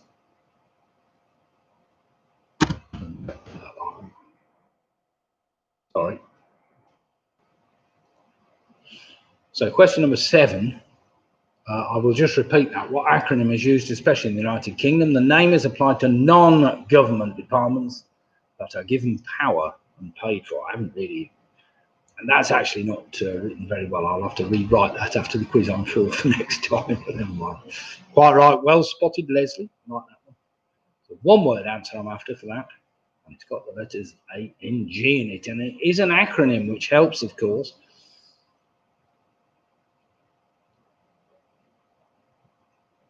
Yeah, non-government department rather than government department. Okay, there are all our answers, all our questions. Do remember, all of them have got to have the letters A and G in that order, somewhere in the answer. So let's see how you've all fared after this, should we?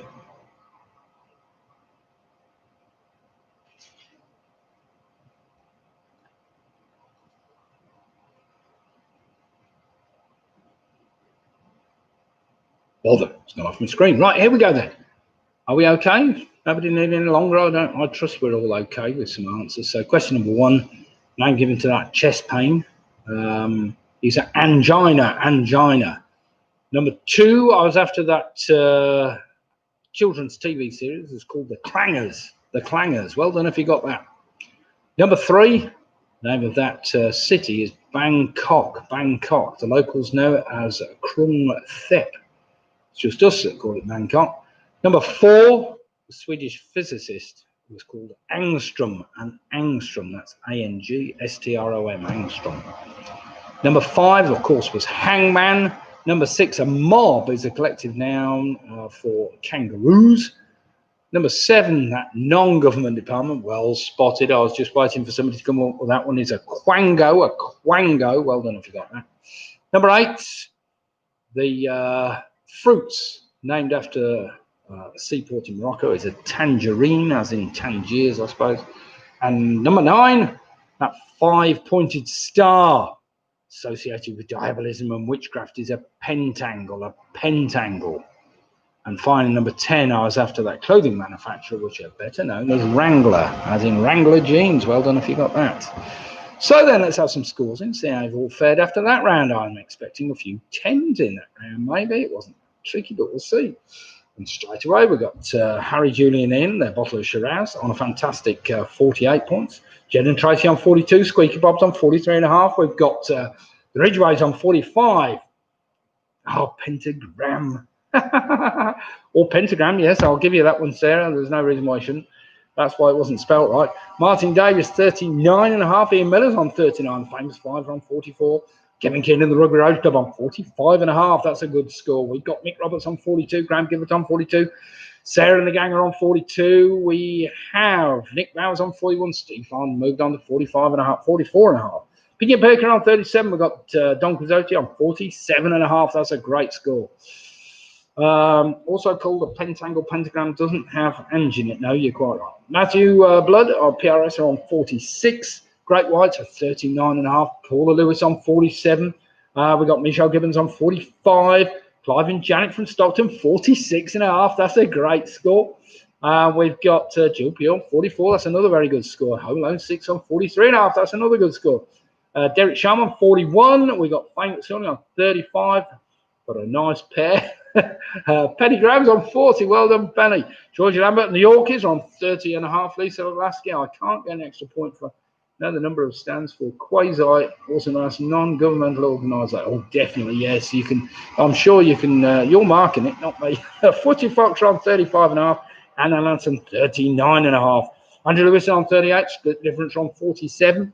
Chris Speaks on 45.5 points. Now, I reckon anybody on 45 and above has got a very good chance tonight, maybe even 44.5 or 44. Very good chance of winning tonight. Because the last round, as always, is a bit tricky. Basically, 10 general knowledge questions. Some of them are quite tricky.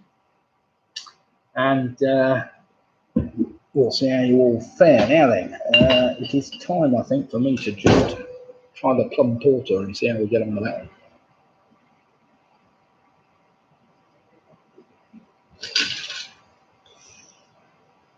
Oh, 3 bottles in a can. 2 bottles in a can, I think.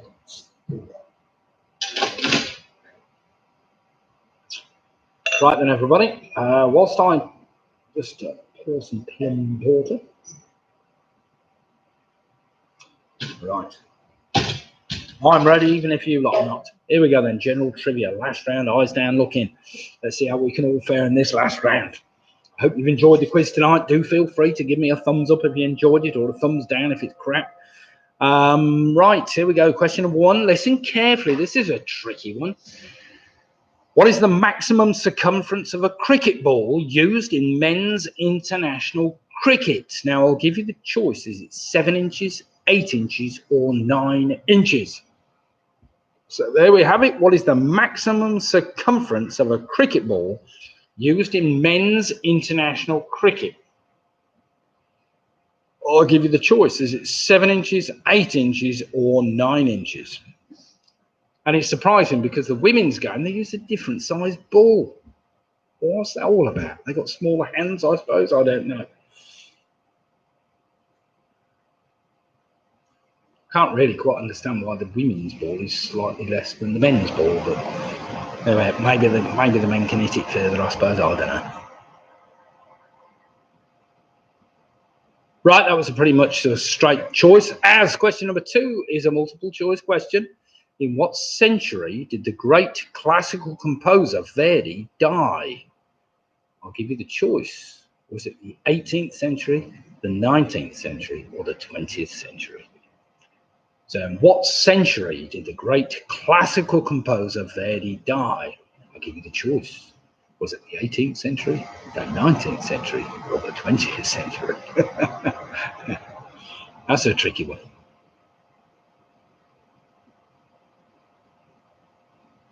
Now do remember, this could be the winning or the losing thing, so good guessing. Good teams always guess correctly. Bad teams always make the wrong choice.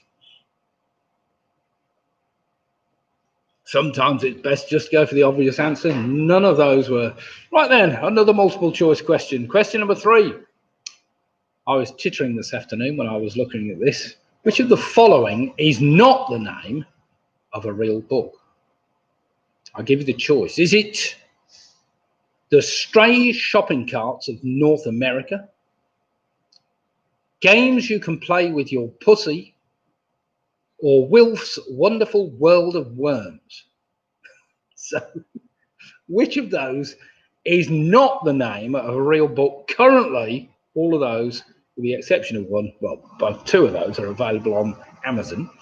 So which of the following is not the name of a real book? I gave you the choice. Was it The Stray Shopping Carts of North America, Games You Play With Your Pussy, or Wilf's Wonderful World of Worms? Dear God. Yes, you were asking for daft questions, and there's one of them. That's a typical silly question. Somebody, yes, quite. Question number 4 brings you back down to earth a little bit. This is a bit more general knowledge. And what I've been asked for, something to do with motorbikes. So with a total of 19.3 million motorcycles sold worldwide in 2020 fiscal year, which company is currently the largest motorcycle manufacturer in the world?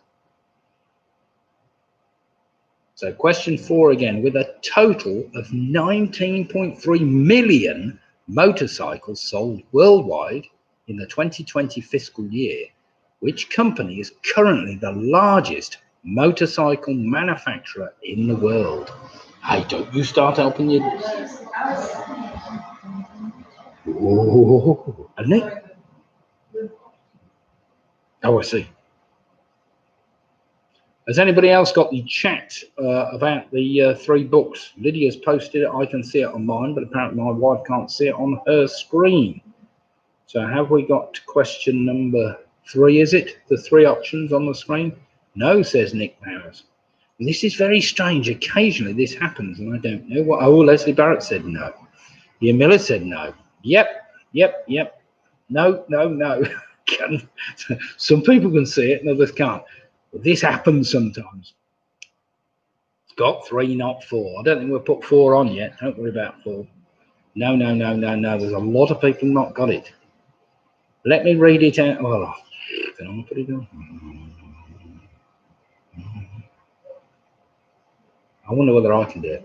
Yeah, it might have it because it's got. It might be.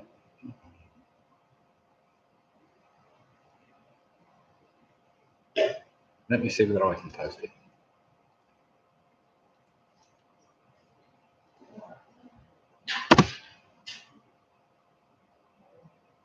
Now I've just put it on.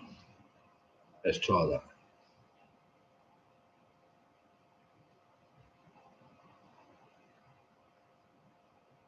Let's see whether that works. I've just posted it, so whether that will work, I don't know. We're not on a tablet though. Have you got it on my feed? I've put Pewee 95. Providing I've put it up. It may be something to do with top chat or second chat, or the fact that it's got a rude word in there somewhere, but never mind. Good, we're all right then. Lydia's put question number 4 up for you. One about the motorcycles. Right, we're all back on track, are we? Yes, good, excellent, right. I'll just give you a second to get up to speed with that one.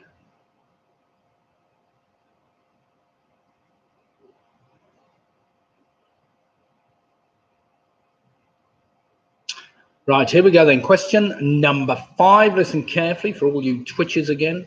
The blue slate is a breed of which bird, which is named after its coloration of a solid or ash grey blue over the entire body with just a few black flecks?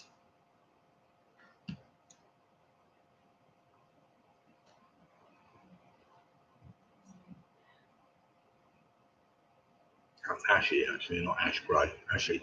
So question 5 again. The blue slate is a breed of which bird, which is named after its coloration of a solid or ashy blue over the entire body with just a few black flecks? Very common in the United Kingdom, this one.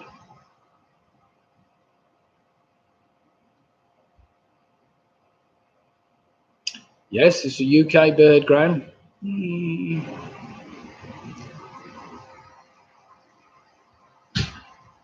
And American. And I am leading you up the garden path a bit with that one, but never mind.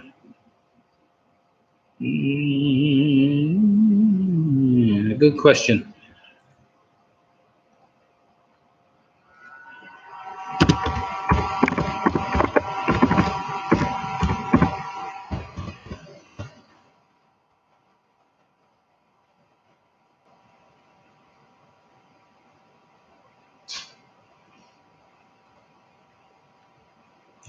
It's a breed, not a species, it's a breed.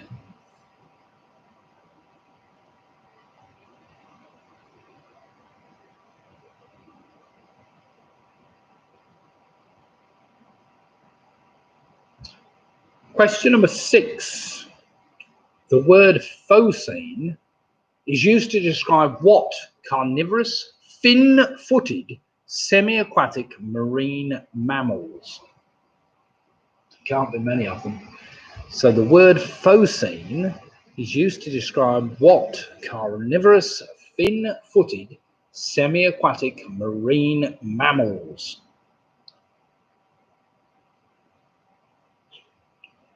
So weird. Oh dear, oh dear. Live chat works. It does. So is Ellen Mirren. Hey. Ooh. Question number 7, listen carefully. With a word derived from the Greek meaning hair, not that I've got much, what name is given to the gaseous envelope around the nucleus of a comet formed when the comet passes close to the sun?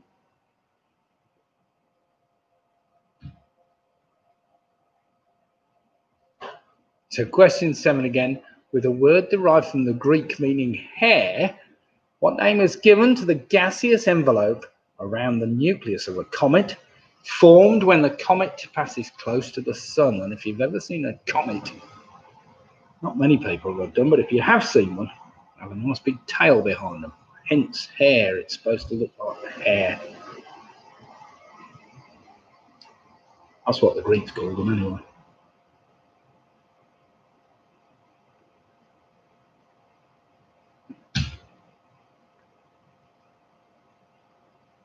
Question number 8. Which decade of the 20th century were often referred to as roaring, especially in the United States? So question number 8 again. Which decade of the 20th century were often referred to as roaring? The roaring. Oh, have I spelt it wrong? Oh, it is wrong. It's roaring. Sorry. You're right, Lint. Well spotted. I was waiting for somebody to come up with that one.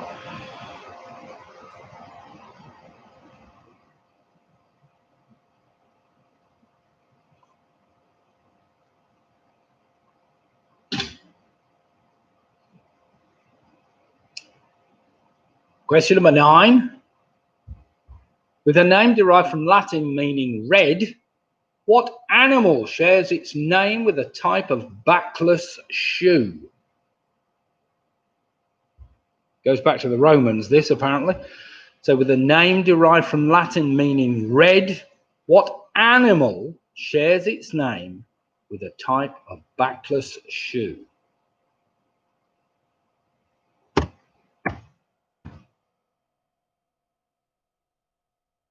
Spelled it's wrong.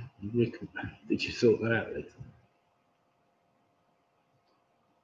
Well, there we have it. We're nearly there. We've got one more question. This will sort everybody out. And finally, question number 10. What is the normal grain used to make a simple malt vinegar? Again, I'll give you the choice. Is it barley, rye, or maize? So question 10 again. What is the normal grain used to make a simple malt vinegar? I'll give you the choice. Is it barley, rye, or maize? There we have it. 10 tricky questions to finish you off there for this evening's quiz. It's been great. We've got so many people taking part tonight. Thanks, everybody. And great to see one or two new teams and one or two teams that have come back and enjoyed tonight's quiz. Obviously, we're locked down now, so we will be doing a quiz, to Lydia and I, on Wednesday night, as usual. So Wednesday night will be the same time, 8 for 8:15.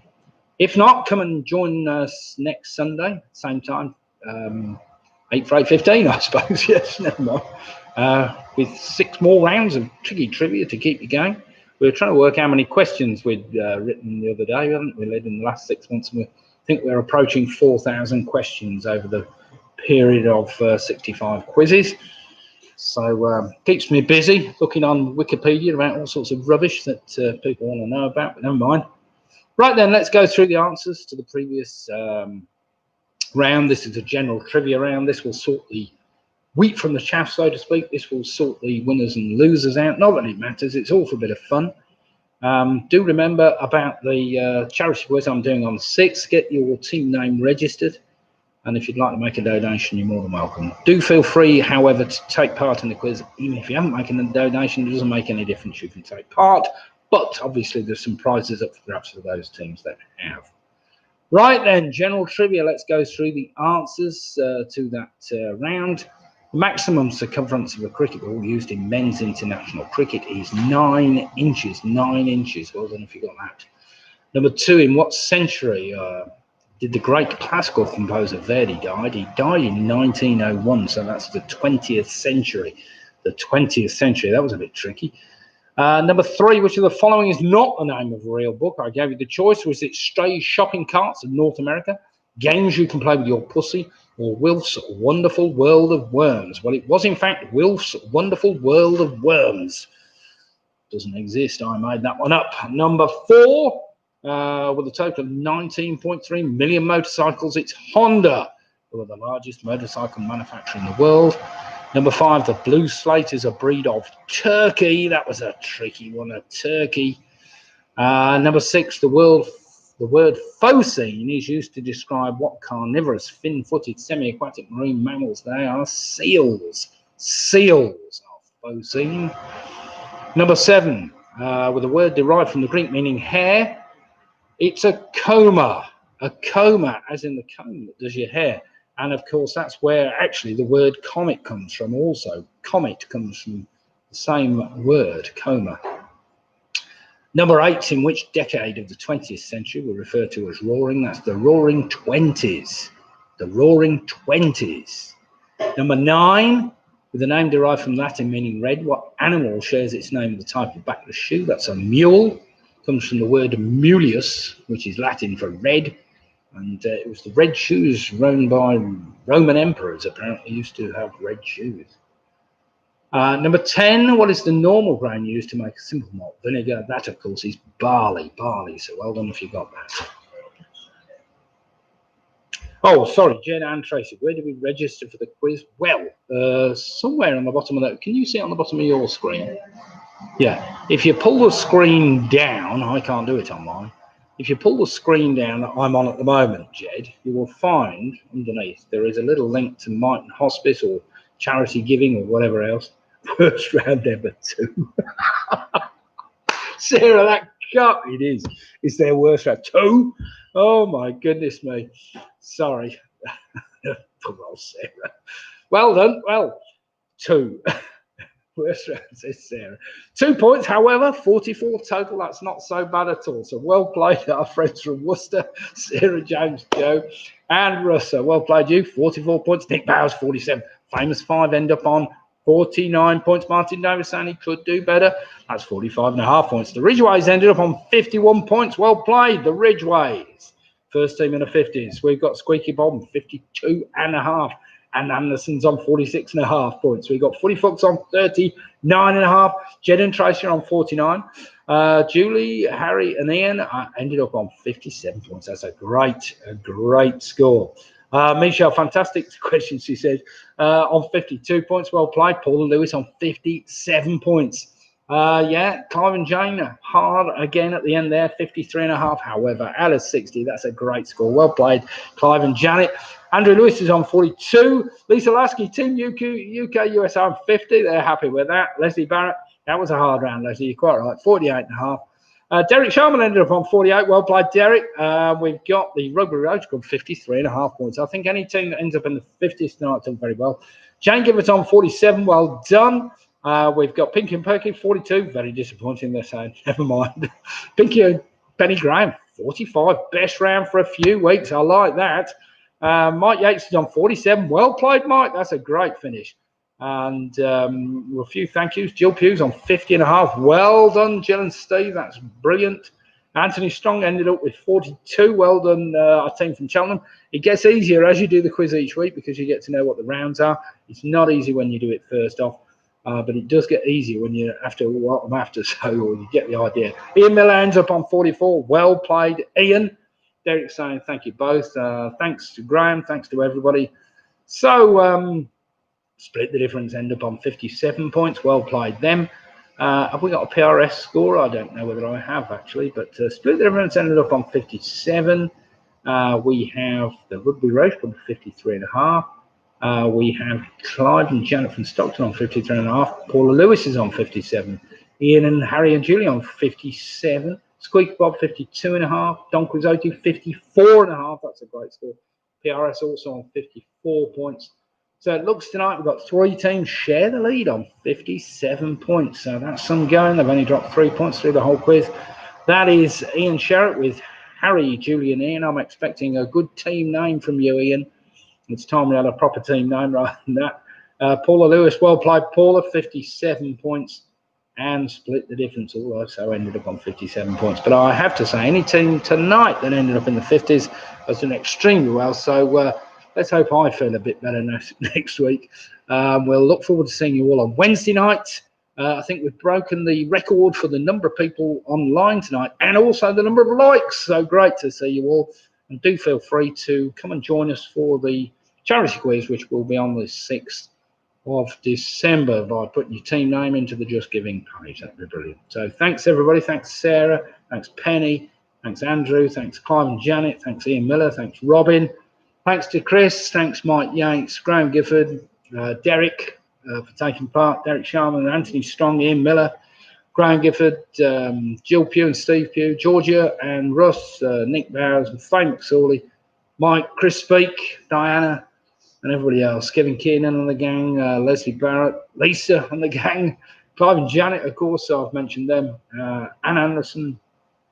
Let me get that. List is endless, but never mind. Chris Speaker, it's brilliant. Thanks, everybody, for taking part, and we'll see you again on Wednesday night if you want to. If not, we'll look forward to seeing you next Sunday night. So good night, everybody. I'm signing off now because it's time I had some more beer. So good night, everybody. Thank you very much.